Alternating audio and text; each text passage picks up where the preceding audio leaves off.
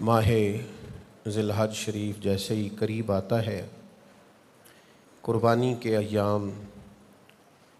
حج کے ایام اور ان کی یادیں تازہ ہو جاتی ہیں۔ امت مسلمہ کا الحمدللہ ایک خاص ولولہ اور ایک خاص ذوق ہوتا ہے اسلامی شعائر کے لیے، اور لوگ بڑی توجہ سے اور بڑی جد و جہد سے، بڑی کوشش اور کاوش سے اسلامی عبادات بجا لاتے ہیں۔ ظاہر ہے کہ ہم سب انسان ہیں، انسانوں میں کمزوریاں ہوتی ہیں، بہت ساری جگہوں پہ بہت سارے معاملات میں سستی بھی ہو جاتی ہے، اور بعض اوقات ایسا ہوتا ہے کہ باوجود کوشش کے اور باوجود چاہت کے بعض عبادات کی وہ روحانیت جو خاص ہونی چاہیے، جس کے اندر انسان کے جذبات زیادہ سے زیادہ باوضو ہونے چاہیے، ان میں کہیں کمزوری رہ جاتی ہے۔ یہ جو قربانی ہے، یہ محض اللہ تعالیٰ کی رضا کے لیے جانور کو ذبح کرنا ہے۔ ظاہر ہے اس کے لیے ضرورت ہوتی ہے کہ کچھ لوگ اس سے پہلے جانوروں کو پالیں، ان کی پرورش کریں، فارمنگ کریں، پھر اس کے بعد وہ اسے لا کے فروخت کریں، خریدنے والا بھی اسے خوش دلی سے خریدے، پھر اس کو ذبح کرے۔ یہ ساری ضروریات ہیں، ضرورت کے مطابق اس کام کو کرنا اور اس سے مناسب نفع کمانے میں حرج نہیں، لیکن قربانی کو کمرشل نہ بنا لیا جائے، اس کی روح کو سمجھا جائے۔ جو لوگ بڑے ذوق سے، شوق سے، توجہ سے، محبت سے جانور لاتے ہیں اور لا کر کے وہ فروخت کرتے ہیں، اور پھر وہ اپنی زبان سے کہہ رہے ہوتے ہیں کہ یہ سنت ابراہیمی علیہ السلام ہے اور اس کو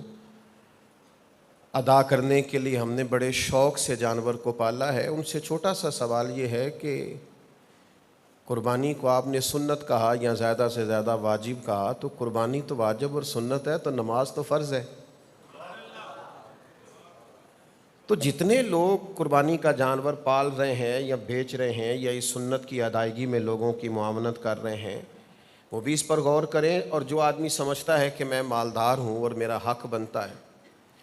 کہ میں ایک سے زیادہ قربانیاں دوں اور میں بڑا جانور لوں اور فربا اور خوبصورت جانور خرید کر کے لاؤں اور اللہ تعالیٰ کے حضور میں پیش کروں، تو اس سے بھی سوال یہ ہے کہ آپ جس ذوق، جس شوق، جس محبت سے یہ کام کر رہے ہیں، یہ قابل ستائش بھی ہے، قابل تعریف بھی ہے اور بڑا عمدہ ہے، پر یہ بھی تو سوچئے کہ آپ پکے نمازی بھی ہیں کہ نہیں۔ اس لیے کہ قرآن مجید نے جہاں ذکر کیا ہے نا قربانی کا، وہاں پہلے نماز کا ذکر کیا ہے، فَصَلِّ لِرَبِّكَ وَانْحَرْ، اپنے رب کے لیے نماز پڑھیں اور قربانی کریں۔ تو کیا آپ شریعت کی ترجیحات کو بھی سمجھ رہے ہیں؟ یہاں کہ صرف آپ کا خیال یہ ہے کہ چونکہ میں مالدار ہوں تو اب میں نے کوئی چند موٹے تازے جانور ذبح نہ کیے تو لوگ کیا کہیں گے؟ تو اس سے جب تک ہم نہیں نکلتے کہ ہمیں سوسائٹی میں اپنا قد اونچا کرنا ہے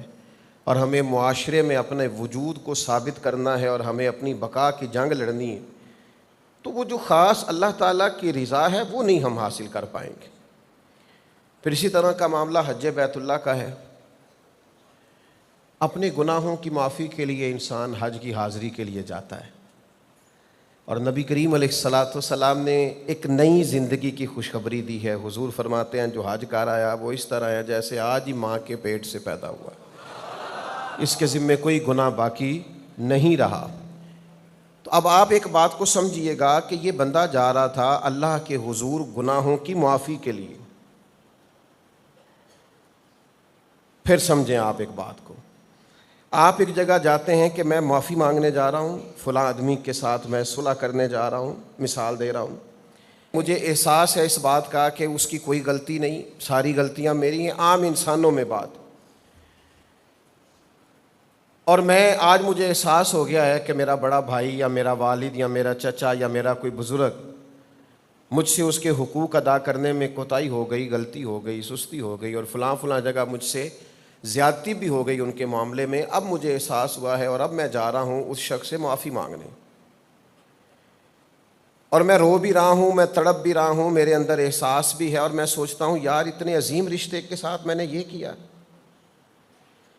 تو اب وہ معافی مانگنے کے لیے جب میں گھر سے نکلوں گا تو کیا میں سب سے پہلے ایک سیلفی بناؤں گا کہ میں چچا سے ابا سے معافی مانگنے جا رہا ہوں، تو یہ میری جاتے ہوئے پہلی سیلفی۔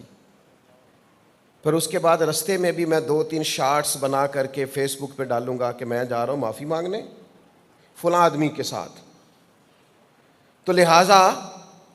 یہ میرے 2-3 شارٹس ہیں اس لیے کہ میں آج ان سے معافی، اور جب میں معافی مانگ رہا ہوں تو میرا خیال ہے کہ وہ چاچا بڑا خوش ہو رہا ہوگا، 2 آدمی میری ویڈیو بنا رہے ہوں گے کہ جناب میں معافی مانگ رہا ہوں، اور ابا بڑے راضی ہو رہے ہوں گے اور بڑے خوشی کا اظہار کر رہے ہوں گے کہ نہیں بیٹا یہ ٹھیک ہے، یہ معافی ایسے ہی مانگنی چاہیے تھی جو حق ہے، ایسے معافی ہوتی ہے۔ یہ بندے تو اللہ سے بلا مثال و بلا تشبیہ، بندے تو اللہ سے معافی مانگنے جا رہے ہیں جو حج کرنے جا رہے ہیں۔ یا اللہ بھول گئے تھے، غلطیاں ہو گئیں، تیری نعمتیں زیادہ تھی، عبادت نہیں کر سکے، جتنا ہمیں پتہ تھا ہم عمل نہیں کر سکے، جتنا ہمیں چاہیے تھا اتنا ہم تیرے حضور بندگی کے آداب بجا نہیں لا سکے۔ ان کو تو روتے تڑپتے ڈرتے سہمتے اللہ کے حضور معافی کا تصور پیش کرتے، اس کی رحمت کی امید رکھتے آگے بڑھنا چاہیے، لیکن یہاں حال یہ ہے کہ جناب وہ کیا سیلفی ہے اور کیا ویڈیو ہے اور کیا آنا ہے اور کیا جانا ہے اور کیا دیگیں پک رہی ہیں اور کیا جناب اعلانات ہو رہے ہیں اور کیا جناب ذوق ہو رہا ہے، اور یہ نکل گئے اور یہ جہاز پہ بیٹھ گئے اور یہ سفر شروع ہو گیا اور یہ اس سے اتر آئے۔ چلیں کسی حد تک آپ کر لیں یہ کام،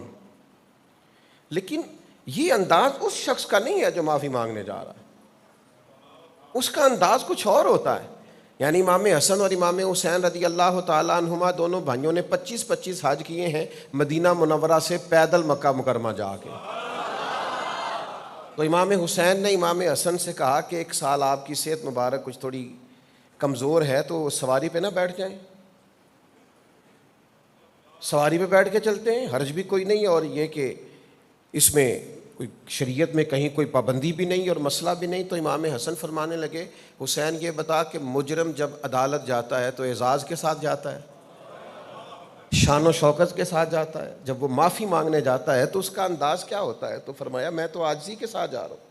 آپ دیکھیے نا حاجیوں کی کیفیت اللہ کو کون سی پسند ہے۔ اسلام اجلے لباس کا قائل ہے، دھلے لباس کا قائل ہے، خوشبوؤں کا قائل، لیکن 8 ذی الحج کو حاجی نے احرام باندھا ہے، اور جو حج کران والے ہیں انہوں نے شاید کچھ دن پہلے سے بھی باندھ لیا۔ اب وہ 8 بھی ایک میدان میں رات گزری ہے اور 9 کے دن وہ چلے گئے ہیں عرفات میں، اور 9-10 کی درمیانی رات بھی مزدلفہ میں گزر گئی ہے، اور وہاں کی ریت بھی سر میں پڑی ہے اور کپڑوں پہ پڑی ہے، اور یہ روٹین بھی نہیں ہے لوگوں کی اس طرح 2 چادریں باندھ کے رکھنے کی، لیکن یہ انداز وہ ہے جو رب کو پیارا بڑا ہے۔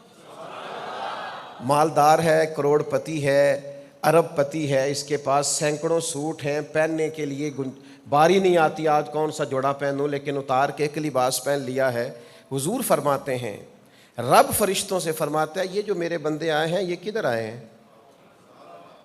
گویا انہوں نے تو کہا تھا نا خون ریزیاں کریں گے، اللہ فرماتے ہیں یہ کدھر آئے ہیں؟ تو فرشتے کہتے ہیں یا اللہ یہ نہ تجھے راضی کرنے آئے ہیں، یہ تیری رضا کے متلاشی یہاں آئے ہیں۔ تو رب فرشتوں سے فرماتا ہے گواہ ہو جاؤ پھر میں نے سب کی بخشش فرما دی۔ یا ترغیب و ترہیب میں حدیث موجود ہے۔ تو بھائی جو عبادات کی روح ہے اس روح کو سمجھیں۔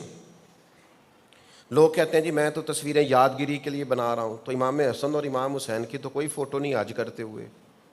سب کو ان کے حج یاد ہیں کہ نہیں؟ 60 حج جو حضرت فضیل بن عیاض نے کیے تھے اس کی فوٹو تو ایک بھی نہیں، تو دنیا کو وہ یاد ہیں کہ نہیں ہیں؟